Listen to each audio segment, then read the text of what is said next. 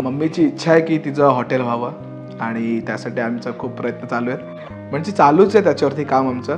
आणि आता मी बघितलं की जर एक फक्त आम्ही पोस्ट टाकतोय तर लोक एवढी येत आहेत जेवायला, आणि जर इथे हॉटेल टाकलं तर गर्दी किती होईल. तर एखाद्याचं मन दुखवायचं नाही आम्हाला की बाबा आला आणि त्याला भेटला नाही. आणि माझी तरी इच्छा अशी आहे की तर मला भेटतं ना चांगलं, लोकांना पण भेटलं पाहिजे. म्हणून आम्ही जागेच्या शोधात आहोत. अजून अलिबागमध्ये चांगली जागा बघतोय. मग घेणार नाही विकत, घाबरू नको. अलिबाग मधली जागेसाठी जाम आहे, भाड्यानेच घेऊ.